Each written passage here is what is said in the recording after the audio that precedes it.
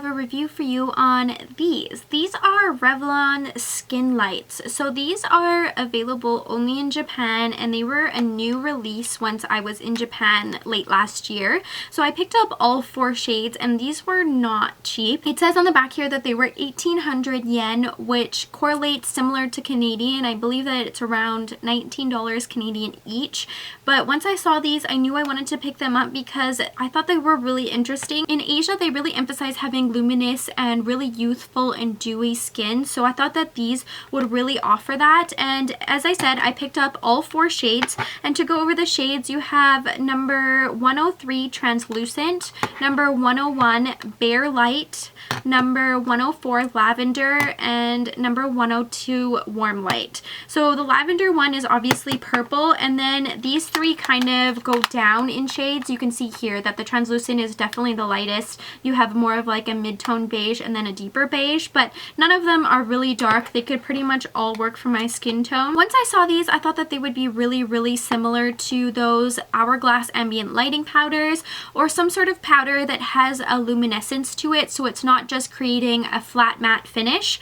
I thought that they might even be able to be used as a highlight on the top of your cheekbones, and really just depending on what you're looking for. I don't think that these could necessarily be a highlight. Anytime that I've applied any of these powders, no matter what the color, to the top of my cheekbones, it does add sort of like a light glow, but nothing that I'm looking for. It's not even like a lit from within glow. It's more of just like a powder that has a slight, almost like sheen or glitter to it. And when I say glitter, I don't mean like crazy chunks of glitter. You can see sort of like a glitter or like specks of something on your cheeks, but it's nothing that is like super chunky glitter, and it's not like a typical like sheeny highlight. They are quite still a powder. I would say that they are similar to the Hourglass ambient lighting powders, but I think that the ambient lighting powders add a little bit more of a softer luminescence to your skin, where I find that this just has sort of specks of shimmer or specks of like luminescence to it within the powder. So as I said, I don't think that using them as a highlighter you get a good effect, but using them as an all over powder,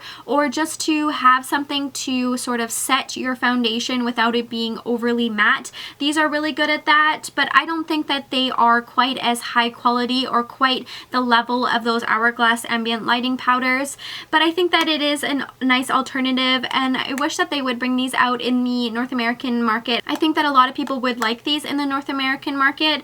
I don't think that I should have bought all 4 because they all kind of blend out to very similar effects on your skin, especially the lavender and the translucent color. They kind of blend out into nothing. These 2 have a little bit more color to them, but again, I think that you would see very similar effects on your face when you were to use any of the colors. When you look at the powder, you can see that it's not just like a luminescent sheen to it like a typical like ambient lighting powder or a typical highlighter. It does look like it has flecks in it, and you can see those flecks on your cheekbones, but as I said, I don't feel like those flecks are negative. It's almost like the flecks are adding that luminescence to it without being crazy glittery or crazy sparkles all over your face. I never found that they migrated a lot on your face. Where you put them is pretty much where it stayed. You don't have to worry about the specks sort of illuminating your pores or migrating throughout your face. I don't think that using the term specks is really defining this product, but I can't really describe it because it's not like a glitter or a chunky glitter all over your face, and it's not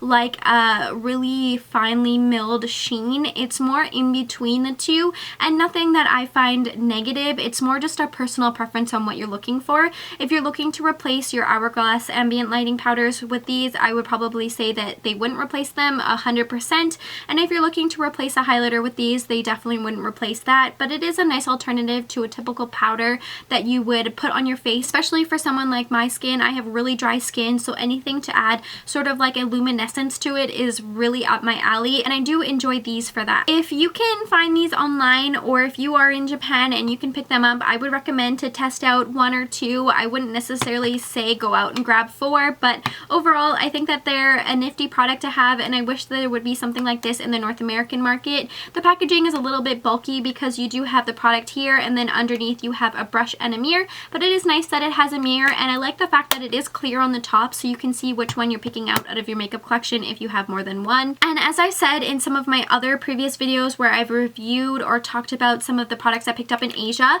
The brushes that you get with these products in Asia are so much softer than the North American brushes. Like, you could use this on the go. You could apply it all over your face if you're looking just to touch up your powder, and just really go with it because they are so soft and they feel really nice on your skin. This could be a really good powder for your purse. If you're someone who gets oily but still enjoys a luminescence to your skin, this would probably help mattify your skin but also not take away all the luminescence in your skin and sort of replace it with a nice sheen.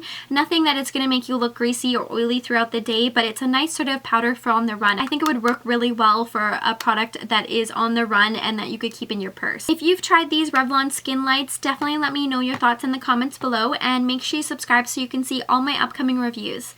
Thanks so much for watching and stay tuned.